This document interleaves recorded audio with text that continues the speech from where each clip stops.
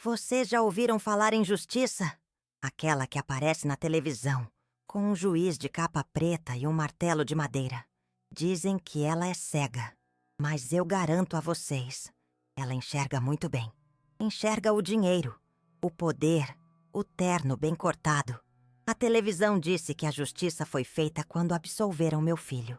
A verdade é que a festa pela liberdade dele começou na minha casa 3 horas antes do juiz sequer ler a sentença. Se você quer saber a verdade por trás das manchetes, fica aqui, segue o perfil e comenta o que você acha que é justiça de verdade. A televisão chamou de um milagre jurídico, uma reviravolta. Eu chamo de acerto de contas.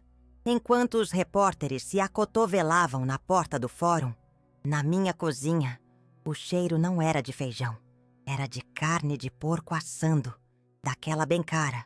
O uísque, 12 anos, já estava no gelo. Os meninos, os soldados do meu filho, estavam na laje, com os fuzis encostados no muro, relaxados.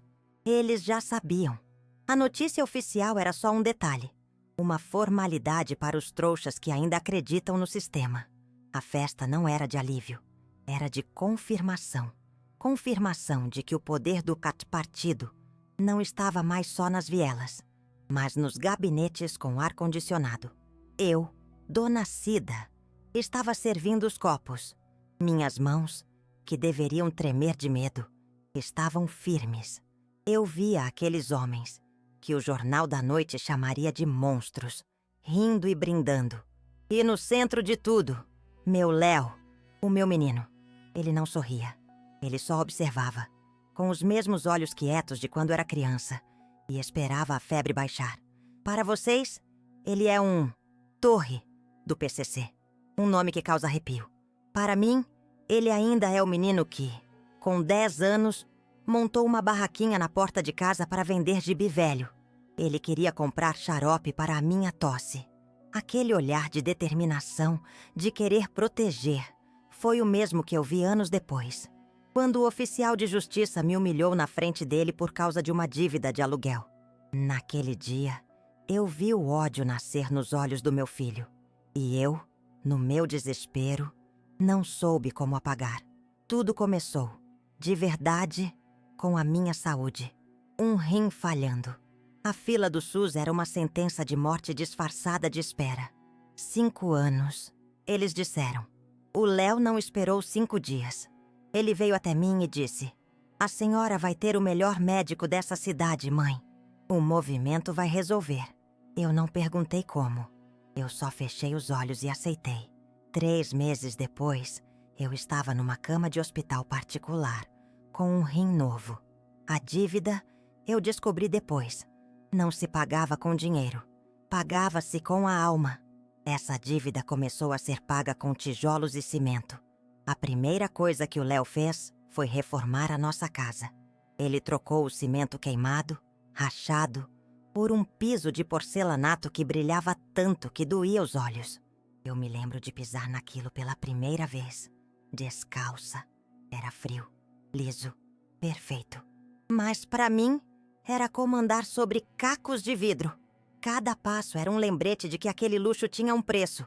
Um preço sujo que cortava minha alma. Eu sorria, agradecia. E por dentro, eu sangrava. O dinheiro começou a entrar como um rio sujo, inundando tudo. A geladeira, antes quase sempre vazia, agora vivia cheia de carne de primeira, de iogurte caro, de tudo que o dinheiro podia comprar. Mas a comida perdeu o gosto. Eu cozinhava banquetes para o meu filho e seus sócios, e depois, lá no meu quarto, comia um pão seco. O cheiro do amaciante caro nas roupas limpas não disfarçava o cheiro de pólvora que vinha impregnado nelas. Era o conforto do inferno. Um abraço quente que te sufocava lentamente. Em cima da geladeira nova, de inox, ficava um radiocomunicador. Aquele negócio nunca parava de chiar. Códigos, ordens, nomes de ruas, apelidos. Era a trilha sonora da minha vida. Ficava ali, do lado de um ímã com a foto da minha neta sorrindo. com o vestidinho da pré-escola. O sagrado e o profano, lado a lado, na minha cozinha. Às vezes, o rádio falava de um decreto, e eu sabia que em algum lugar da cidade, outra mãe estava prestes a chorar. E eu só aumentava o volume da novela. A minha cegueira era uma escolha. Eu me convencia de que o Léo era um gerente. Ele organizava, ele mandava, mas não sujava as mãos. Era uma mentira confortável que eu contava para mim mesma todas as noites, para conseguir dormir. Eu fingia não ver as armas escondidas debaixo da cama dele. Eu só via o dinheiro que pagava meu convênio médico, os remédios caros, a segurança de não ser humilhada nunca mais. Era o pacto silencioso de uma mãe que se recusava a ver o monstro que ajudou a criar. Eu arrumava o quarto dele e sentia o peso do coldre de couro dentro do guarda-roupa. A mesma mão que guardava aquela pistola Glock, anos atrás, segurava meu dedo com força quando tinha medo do escuro. Como pode uma mesma mão carregar tanta ternura e tanta morte? Vocês, que julgam de longe, não entendem essa dualidade. Vocês veem a manchete, o traficante perigoso. Eu vejo o menino assustado que ainda vive dentro do homem que ele se tornou, gritando por socorro num lugar onde ninguém pode ouvir.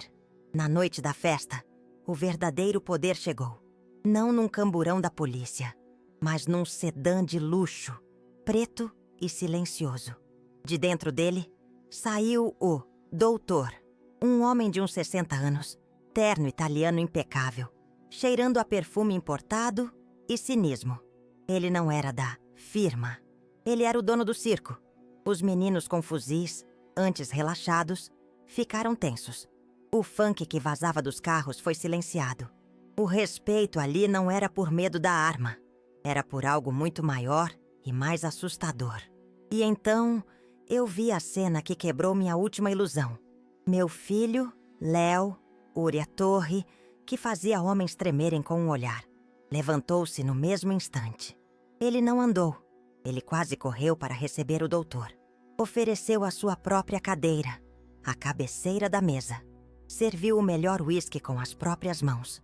E ficou de pé, ao lado do advogado, ouvindo calado, de cabeça baixa, enquanto o homem o tratava não como um cliente, mas como um empregado. Um capataz caro, mas ainda assim, um capataz. Naquele momento, eu entendi tudo. Meu filho não era o chefe de nada. Ele era a ferramenta. O verdadeiro poder não gritava, não usava arma.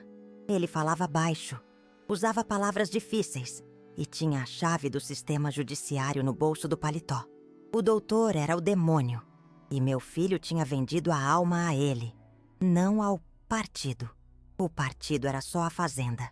O doutor era o dono da terra, do gado e do capataz. E eu, a mãe do capataz, estava ali, servindo café para o diabo. A conversa na mesa era sobre a etapa final do acordo. A absolvição do Léo tinha um preço extra. Um serviço de limpeza. Um jornalista investigativo, um desses curiosos que não aceitam um não como resposta, estava chegando perto demais dos negócios do doutor.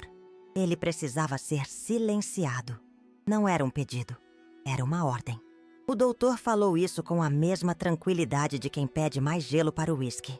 E meu filho, o temido Torre, apenas balançou a cabeça em concordância. Eu estava na cozinha, fingindo lavar a louça, mas meu corpo inteiro era um grande ouvido. A água da torneira corria, mas o som que eu ouvia era o da sentença de morte de um homem inocente, sendo selada na minha sala de jantar. Um pai de família. O doutor mencionou com desdém, como se isso o tornasse um alvo ainda mais fácil. Naquela noite, eu não limpei só a gordura dos pratos. Eu tentei, em vão, esfregar a mancha daquele sangue invisível que tinha acabado de sujar o meu chão. Mais tarde, o radiocomunicador chiou. Era a voz do meu filho, fria, sem emoção. Luz verde para o pacote.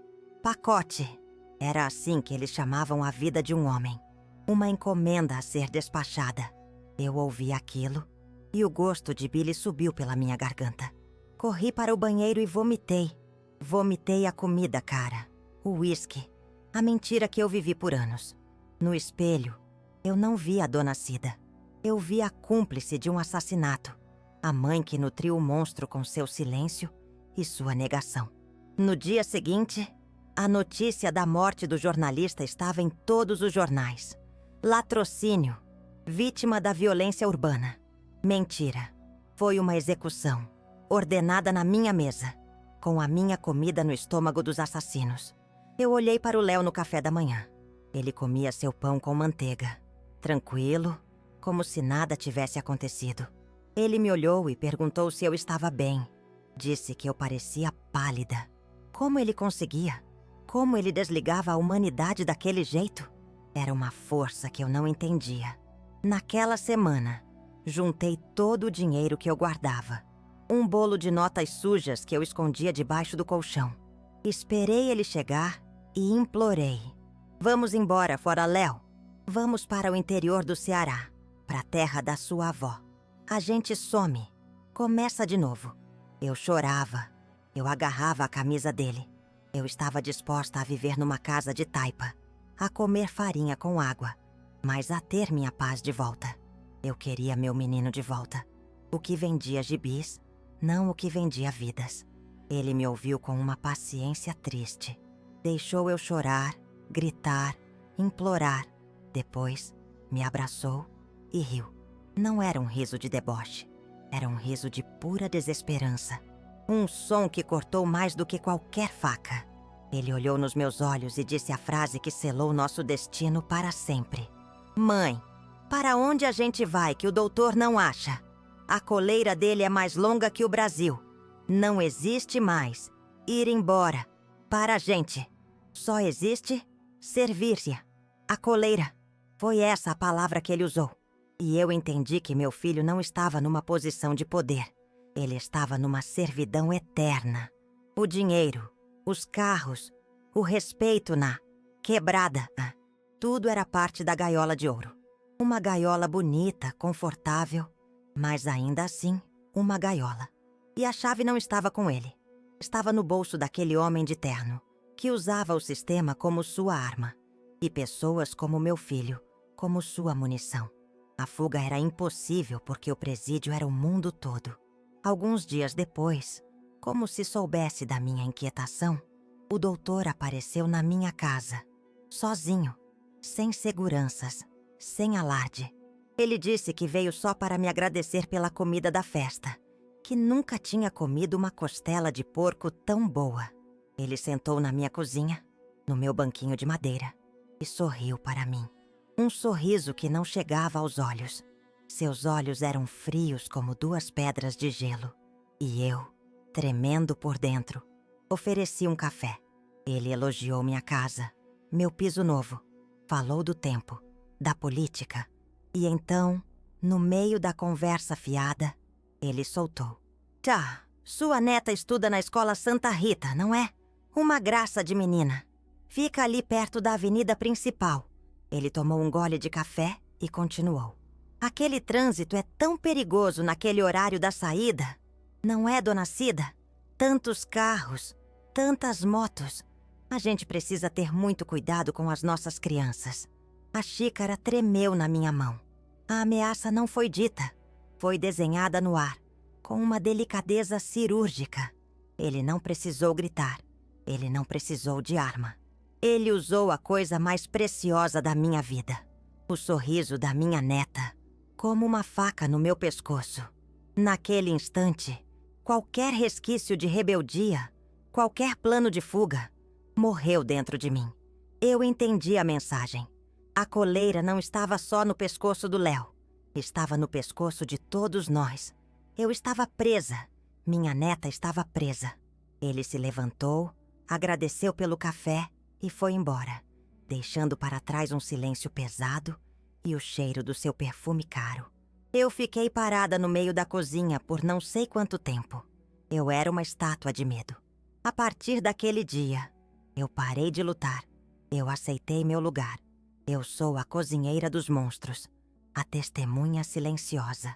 A mãe que serve o banquete enquanto eles decidem quem vive e quem morre. A minha cozinha se tornou o confessionário do diabo. E meu castigo é ouvir tudo. Hoje, nada mudou.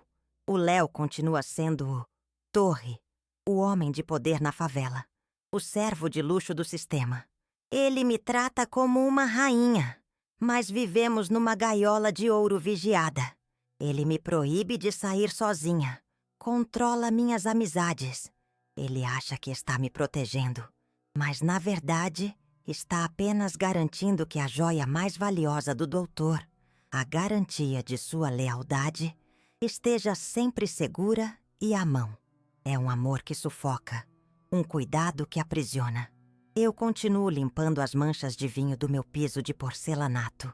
Às vezes, enquanto esfrego o chão com água sanitária, eu imagino que estou esfregando a corrupção para fora da minha casa, a sujeira para fora da alma do meu filho. Mas a mancha não sai. Ela está impregnada na fundação desta casa, na comida que eu sirvo, no ar que eu respiro. É uma mancha de poder, de dinheiro e de sangue. E não há produto de limpeza no mundo que consiga apagá-la. Então, quando vocês lerem no jornal sobre o Marcola, sobre o PCC, sobre o crime organizado, lembrem-se da minha história. Lembrem-se que o poder de verdade não usa fuzil, usa terno e gravata. O Marcola pode até estar preso em segurança máxima, mas o verdadeiro chefe dele, o homem que realmente manda, janta na minha mesa. E o meu filho, o terrível traficante, é quem se levanta para lavar o prato sujo que ele deixou para trás. Essa é a verdadeira hierarquia do crime. O sistema não está quebrado. Ele funciona perfeitamente para quem pode pagar por ele. Meu filho achou que estava comprando poder, mas ele estava apenas alugando sua própria vida. E eu sou o juro dessa dívida. Todos os dias eu pago um pouco mais. O que você faria no meu lugar? Quando o sistema te oferece a morte lenta na fila de um hospital ou a vida rápida no colo do crime? Qual porta você escolhe para salvar quem você ama? Pense nisso. Vocês acham que sabem a diferença entre o bem e o mal? Eu costumava achar também. Hoje eu sei que a vida é uma longa escala de cinza, onde cada escolha te suja um pouco mais. Eu escolhi meu filho, e essa escolha me custou a paz, a alma, a liberdade. Eu vivo para cozinhar, para limpar e para calar.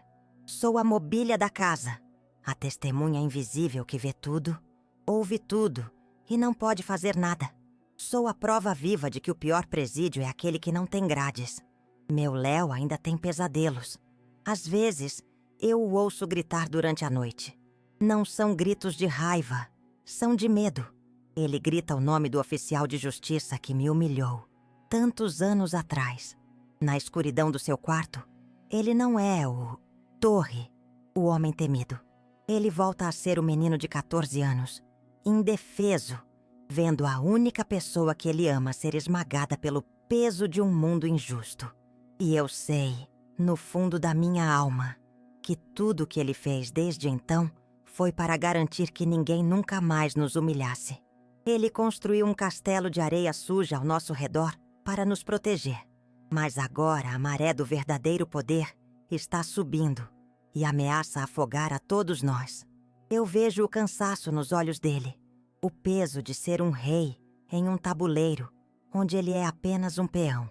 Ele tem tudo que o dinheiro pode comprar, mas não tem a única coisa que importa: a liberdade de dizer não.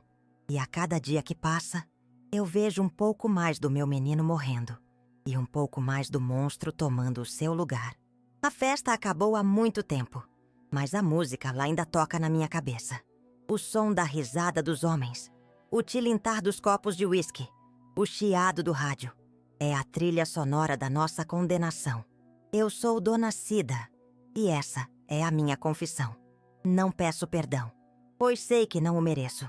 Peço apenas que, da próxima vez que virem uma notícia sobre o crime, olhem para além da fumaça e da pólvora. Procurem pelo homem de terno, pois é ele quem realmente acende o fogo. O que é um monstro, afinal? É quem puxa o gatilho, Ou quem assina o cheque que compra a bala, a arma e a alma de quem atira? Meu filho é a mão que segura a arma. Mas a arma foi forjada e apontada por um sistema que enriquece com a nossa miséria e se limpa com a nossa culpa. O verdadeiro inimigo não está na favela. Ele está nos tribunais, nos escritórios de luxo, nos jantares de gala. E ele come a comida que eu preparo com as minhas próprias mãos. Ele me deu um celular novo. Um desses modernos, cheio de aplicativos. Eu não uso. Eu ainda tenho meu telefone antigo, de botão. O toque do celular, tijolinho Bari do Léo, é a única coisa que me importa. Não é uma música. É um bip seco, agudo. Um som que só toca quando a ordem vem de cima, do presídio ou, pior, do doutor. Cada vez que aquele som corta o silêncio da casa, meu coração para. É o som do diabo ligando para cobrar mais um pedaço da alma do meu filho. Eles falam em guerra às drogas. Que piada! Não existe guerra. Existe um negócio. Uma empresa multinacional com gerentes, funcionários e um conselho administrativo muito bem vestido. Meu filho é um gerente de médio escalão. Ele corre os riscos. Ele suja as mãos. Ele vai para a cadeia. O doutor e seus iguais, eles recebem os dividendos, jogam golfe nos fins de semana e são chamados de homens de sucesso. A justiça, meus caros, tem 2 pesos e 2 medidas. E a balança sempre pende para o lado mais rico. Eu olho para a foto da minha neta na geladeira. Ela sorri, com a janelinha nos dentes. Feliz. Por ela, eu continuo. Por ela, eu sirvo os monstros. Por ela, eu engulo o choro e finjo que está tudo bem. Eu rezo todas as noites. Não para que Deus me perdoe, mas para que Ele a proteja. Para que a coleira que prende a mim e ao meu filho nunca chegue ao pescoço dela. Para que ela possa conhecer a justiça de verdade. Não essa que se compra e se vende na minha sala de jantar. No Brasil, o crime não compensa. Ele contrata os melhores advogados, abre empresas de fachada, financia campanhas políticas e vira sócio do Estado. O crime que não compensa é o do ladrão de galinha, do menino com um baseado no bolso. Esse apodrece na cadeia. O crime do meu filho? Esse dá lucro, status e poder. Um poder que é só uma ilusão, uma corrente dourada. Mas para quem está de fora, brilha como se fosse ouro maciço. E o brilho cega a todos. Então, aqui estou eu, no olho do furacão, na cozinha do inferno, servindo o próximo banquete. O cheiro da carne assando se mistura com o cheiro de mofo da parede e com o perfume caro do cinismo. O funk toca baixo lá fora. E eu espero o próximo bip do celular, a próxima ordem, o próximo pedaço da nossa alma que será vendido. Eu sou a mãe testemunha. E meu testemunho é este. A maior facção criminosa do país não tem nome. Usa terno e se chama Sistema. Eu contei a minha verdade. Não a verdade dos jornais, mas a que eu vivo. A que tem cheiro e gosto. Agora eu pergunto de novo. O que você faria se essa história te fez pensar, se te tocou de alguma forma? Me siga e comente. Eu preciso saber que não estou sozinha, que mais alguém enxerga o que eu vejo. Porque o silêncio é o que alimenta os monstros. E eu, por muito tempo, já me calei. Chega! Vocês chamam meu filho de monstro. Eu chamo de vítima. A televisão mostra a foto dele, com aquela tarja preta nos olhos. E diz, traficante perigoso, chefe do partido. Mas eles não mostram a foto dele com 7 anos, chorando porque o joelho ralou no asfalto. Eles não sabem que o homem que eles dizem que ordenou massacres é o mesmo menino que uma vez me defendeu de um cachorro de rua, se colocando na frente com um pedaço de pau. O monstro que vocês veem foi criado. Ele não nasceu. E quem o criou não usa fuzil, usa terno e gravata. A televisão disse que a justiça foi feita quando absolveram o Léo. Que piada! A justiça, a de verdade, estava sendo celebrada na minha casa 3 horas antes do juiz sequer bater o martelo. Enquanto os repórteres falavam em reviravolta jurídica, eu estava na cozinha, fatiando uma costela de porco que custou mais do que meu salário de um mês. Os meninos Asher dele, os soldados, brindavam com um uísque importado na laje. A liberdade do meu filho não foi conquistada num tribunal. Foi comprada e paga numa mesa de negociação. Eu vi tudo. Da minha cozinha, eu sempre vejo tudo. Eu sou a testemunha invisível, a que serve o café e finge não ouvir. Eu vi meu filho, o temido Torre, o homem que faz a comunidade inteira silenciar com um olhar. Parado no canto da sala, tenso. Ele não comemorava. Ele esperava. Esperava a chegada do verdadeiro dono da festa. O homem que não aparece nas manchetes. O fantasma que move as peças. Meu filho não era o rei naquele tabuleiro. Ele era apenas o bispo mais perigoso e estava prestes a receber ordens. Então, antes de me julgarem, antes de chamarem meu filho de demônio e a mim de cúmplice, escutem, eu não vou defender os crimes dele. O sangue nas mãos do Léo é real, mas eu vou mostrar a vocês a mão que empurrou a dele para a arma. Eu vou contar quem é o verdadeiro inimigo, o arquiteto do mal que se senta na minha mesa, come da minha comida e usa o sistema como seu playground particular. A história que a TV contou é uma mentira. A verdade começou muito antes, com um rim doente e um oficial de justiça. Tudo começou, de verdade, com a minha saúde, com o meu corpo me traindo. O médico do postinho, com um olhar cansado, que já tinha visto 1000 desgraças como a minha, falou a palavra que me condenou: diálise. Um rim estava parando, e o outro seguia pelo mesmo caminho. A fila do SUS para um transplante. Ele disse sem nem me olhar nos olhos. Era de 5 anos. 5 anos. Para uma mulher na minha condição, 5 anos não era uma espera. Era uma certidão de óbito com data marcada para o futuro. Eu voltei para casa sentindo o cheiro da morte. Um cheiro de poeira e amônia. O Léo me viu definhando na poltrona velha da sala. Ele viu meu corpo inchando, minha pele amarelada, o cansaço que não me deixava mais nem lavar um prato direito. Aquele olhar de desespero impotente no rosto dele me doía mais que a doença. Um dia, depois de mais uma consulta humilhante no posto, ele sentou na minha frente e segurou minhas mãos inchadas. Os olhos dele, que antes eram de menino, agora queimavam com uma frieza que eu nunca tinha visto. A senhora vai ter o melhor médico dessa cidade, mãe. O movimento vai resolver. Eu não perguntei como. Eu só fechei os olhos e aceitei. 3 meses depois, eu estava numa cama de hospital particular, com lençóis brancos e cheirosos que pareciam de outro planeta. O quarto tinha ar-condicionado e uma televisão só para mim. O médico sorria e me chamava de Dona Cida. Tudo era limpo, rápido, eficiente. O rim novo entrou no meu corpo como um milagre. Mas cada vez que a enfermeira trocava meu soro, eu não via o remédio entrando na minha veia. Eu via a alma do meu filho saindo, gota a gota. Eu estava comprando a minha vida com o futuro dele. E a dívida, eu já sabia. Era impagável. Quando voltei para casa, curada, o Léo já não era mais o mesmo. Ele tinha largado o emprego na oficina mecânica. Andava com uns rapazes mais velhos que eu nunca tinha visto.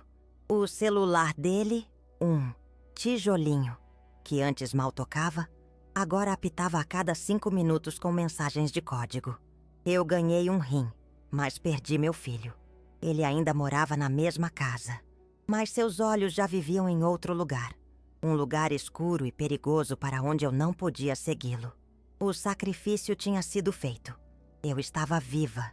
E a inocência dele, morta e enterrada. Essa dívida começou a ser paga com tijolos e cimento. A primeira coisa que o Léo fez foi reformar a nossa casa. Ele trocou o cimento queimado, rachado, por um piso de porcelanato que brilhava tanto que doía os olhos. Eu me lembro de pisar naquilo pela primeira vez, descalça. Era frio, liso, perfeito. Mas para mim, Era como andar sobre cacos de vidro. Cada passo era um lembrete de que aquele luxo tinha um preço. Um preço sujo que cortava a minha alma. Eu sorria, agradecia e por dentro eu sangrava. Depois do piso, vieram os móveis. O sofá velho, com a espuma já aparecendo nos rasgos, foi trocado por um de canto, enorme, de um tecido macio que eu nem sabia o nome. A televisão, que era de tubo, virou uma tela gigante na parede. O Léo me olhava, esperando um sorriso, uma aprovação. E eu dava. Mas quando ele saía, eu passava a mão naquele tecido novo e sentia um arrepio. Eu não via um sofá. Eu via o peso das vidas que pagaram por aquele conforto. Era um luxo que me acusava em silêncio. O dinheiro começou a entrar como um rio sujo, inundando tudo. A geladeira, antes quase sempre vazia, agora vivia cheia de carne de primeira, de iogurte caro, de tudo que o dinheiro podia comprar. Mas a comida perdeu o gosto. Eu cozinhava banquetes para o meu filho e seus sócios. E depois, no meu quarto, comia um pão seco com água. O cheiro do amaciante caro nas roupas limpas não disfarçava o cheiro de pólvora que vinha impregnado nelas. Era o conforto do inferno. Um abraço quente que te sufocava lentamente. No armário do meu banheiro, ao lado do sabonete barato de sempre, apareceram caixas e mais caixas de remédios. Os importados, os que o convênio não cobria, os que o médico disse que salvariam minha vida de vez. Cada pílula colorida que eu engolia era um nó na minha garganta. Eu estava viva por causa daquele dinheiro. Mas a que custo? Eu olhava para aquelas embalagens brilhantes e via o rosto de outras mães. Mães que talvez estivessem chorando por causa do mesmo dinheiro que comprava a minha saúde.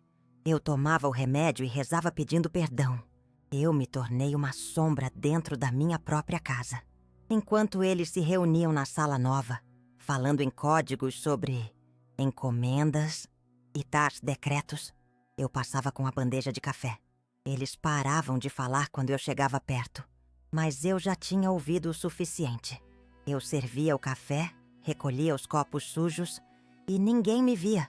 Eu era parte da mobília, a testemunha invisível. E cada palavra que eu ouvia era mais um tijolo no muro da minha prisão. Eu sabia que o erro já tinha sido cometido e não tinha mais volta. Eu via o Léo contando pilhas de dinheiro na mesa da cozinha.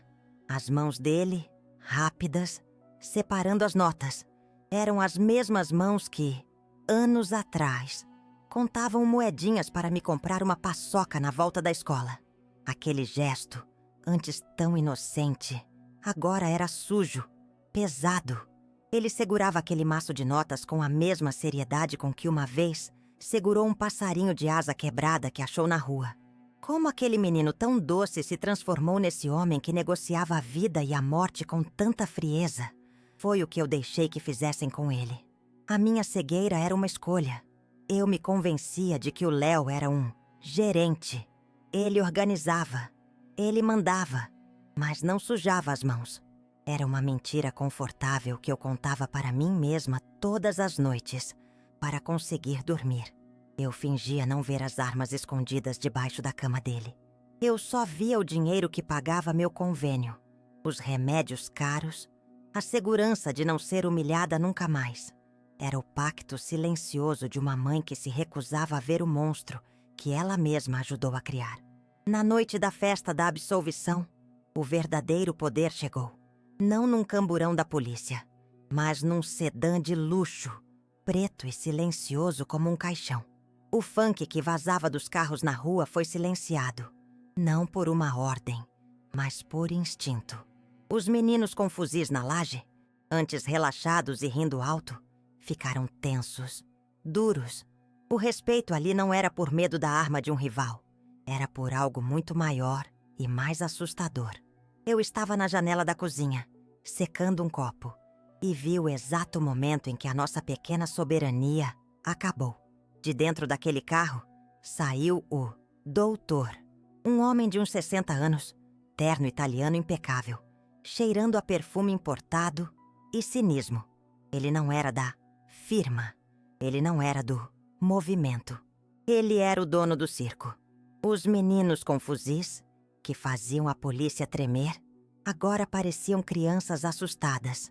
O doutor caminhou pela nossa viela de terra batida com seus sapatos de couro brilhantes, sem desviar de uma poça d'água, como se a sujeira não ousasse tocá-lo.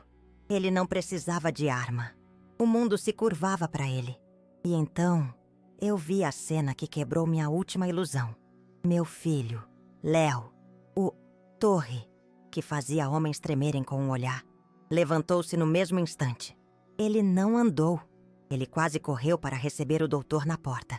Empurrou um dos seus para abrir caminho, sem nem pedir licença. Não havia poder no rosto dele. Só uma ansiedade de quem teme desagradar. Ele não estava recebendo um sócio, um parceiro.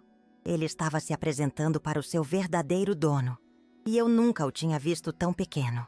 Léo ofereceu a sua própria cadeira, a cabeceira da mesa improvisada na laje, o lugar do chefe. Serviu o melhor uísque com as próprias mãos. As mesmas mãos que eu vi assinando sentenças de morte em pedaços de papel. E ficou de pé, ao lado do doutor, ouvindo calado, de cabeça baixa, enquanto o homem o tratava não como um cliente vitorioso, mas como um empregado que tinha cumprido uma tarefa. Um capataz caro, mas ainda assim, um capataz. O meu filho, o rei da quebrada, era apenas um serviçal de luxo.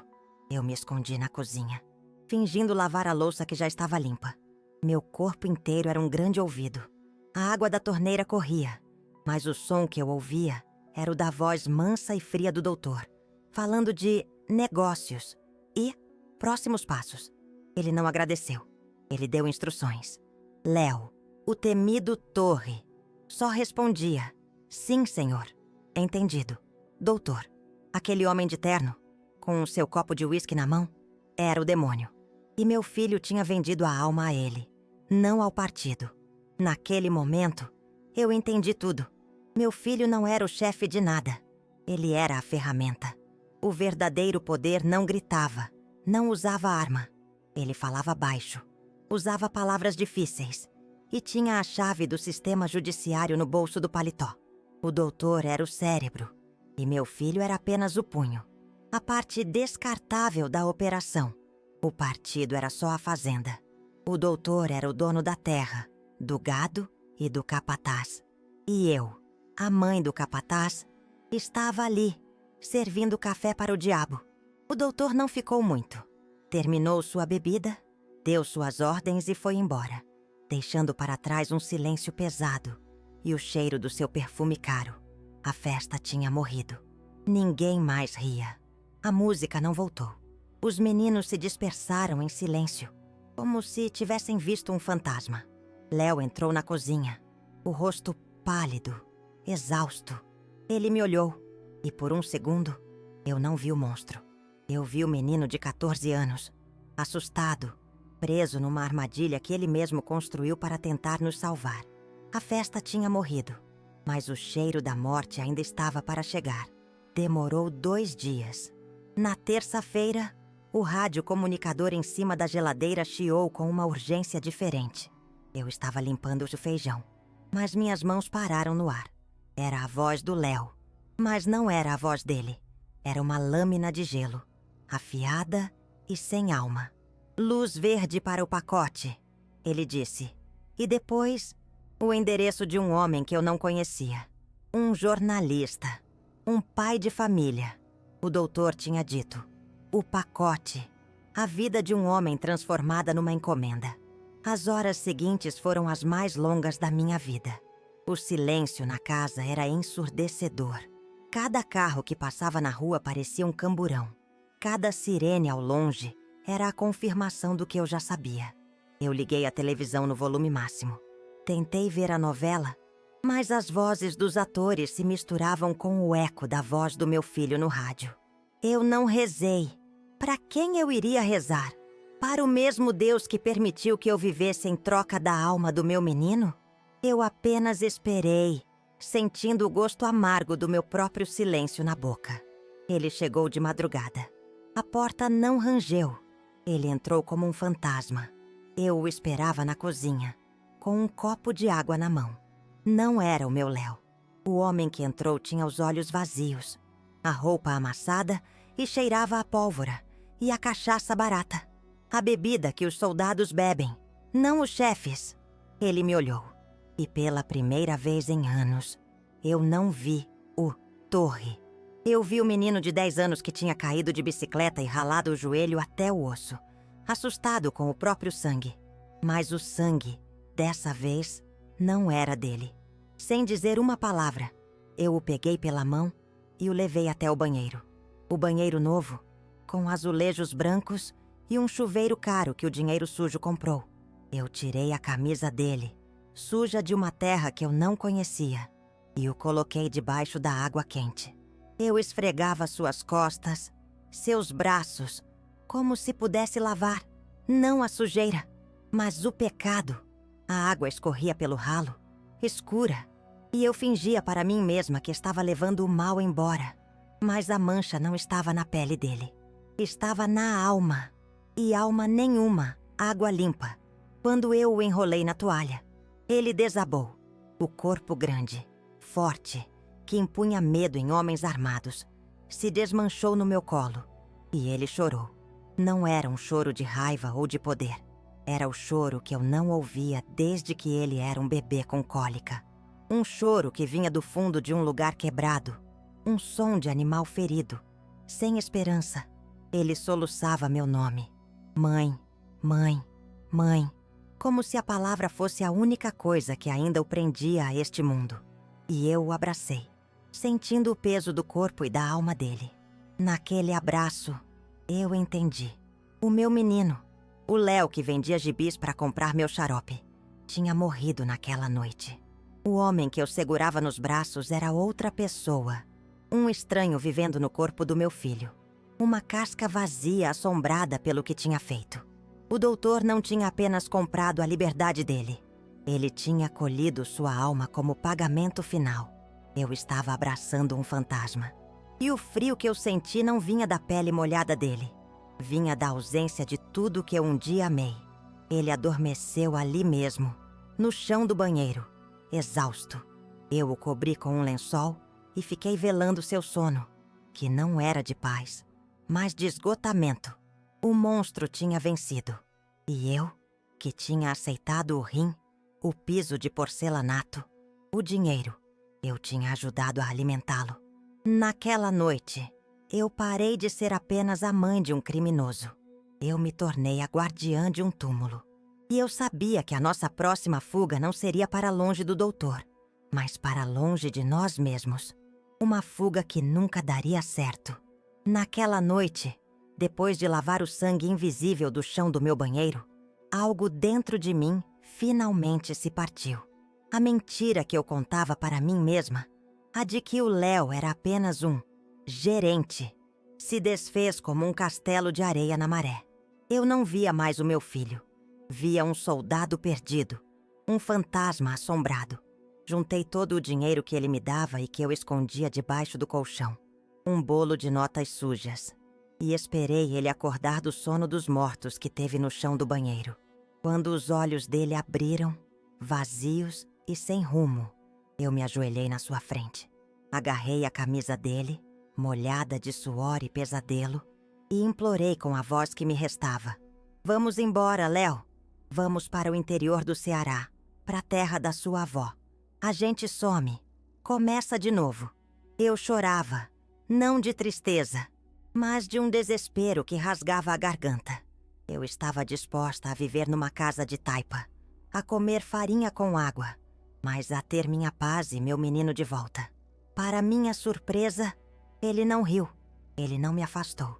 Ele olhou para as minhas mãos, depois para o meu rosto, e viu a verdade nua e crua do abismo em que estávamos. Pela primeira vez em anos, o Torre não estava ali. Era só o Léo. Ele balançou a cabeça. Um movimento lento, cansado, como quem finalmente se rende. Vamos, mãe, ele sussurrou. Vamos embora daqui. Naquele instante, uma pequena luz, fraca e teimosa, se acendeu no fundo do poço onde a gente vivia. Passamos a madrugada planejando, sentados no chão da cozinha, como dois fugitivos. Falávamos baixo, com medo que as paredes nos ouvissem. Ele desenhou num guardanapo um mapa da cidadezinha da minha mãe. Um lugar que ele só conhecia das minhas histórias. Falamos de criar galinhas, de plantar um pé de manga no quintal, da minha neta correndo na terra vermelha.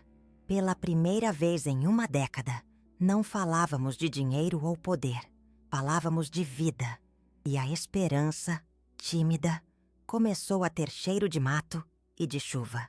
Na manhã seguinte, eu peguei uma mala velha, de lona, que estava em cima do guarda-roupa. O cheiro de naftalina era o cheiro de um tempo mais simples. Eu comecei a dobrar minhas roupas, as mais simples que eu tinha. Um vestido de chita, umas blusas de algodão. Ao lado, na cama dele, eu via o coldre de couro vazio. E me lembrei de quando arrumava a lancheira dele para ir à escola, colocando um suco e um sanduíche. Agora, eu estava arrumando nossa fuga, colocando o que restava da nossa dignidade numa mala. O Léo chegou com uma mochila cheia de dinheiro. Ele a jogou na cama e o som das notas batendo no colchão me deu um arrepio. "É o nosso passaporte, mãe", ele disse, com a voz firme de novo. Eu olhei para aquele dinheiro sujo, que tinha comprado minha saúde e roubado nossa alma. Agora, ele ia comprar nossa liberdade. Era a última vez. Eu prometi para mim mesma. O último pacto com o diabo. Depois daquilo, nunca mais. Íamos viver do suor do nosso rosto, mesmo que o suor fosse tudo que tivéssemos. Naquela noite, eu deitei na cama e senti uma paz que não sentia desde que meu rim adoeceu. O plano estava feito. As malas, prontas no canto do quarto. Sairíamos antes do sol nascer, como ladrões fugindo da nossa própria vida. Eu olhei para o meu filho, que dormia no colchão ao lado, e vi o rosto do menino de novo, sereno. Pela primeira vez em uma década, eu dormi sem pesadelos. Eu só não sabia que o verdadeiro monstro, o doutor, não dormia nunca. E ele já sabia de tudo. O nosso sonho de liberdade durou menos de 12 horas. Na manhã seguinte, enquanto eu tomava um café ralo, tentando criar coragem para começar a encaixotar o resto das nossas vidas, ouvi o som de um carro parando em frente ao nosso portão. Não era o som dos carros dos meninos, barulhentos e com o funk vazando. Era um ronco suave, caro, discreto. Meu coração gelou. Pela fresta da cortina, eu vi. Era o sedã preto. Era o doutor. Ele saiu do carro sozinho, ajeitando o terno, e caminhou até a minha porta com a tranquilidade de quem é o dono da rua. Ele bateu levemente. Um toque educado que soou como uma martelada no meu peito. Eu abri a porta e ele sorriu. Um sorriso que não chegava aos olhos.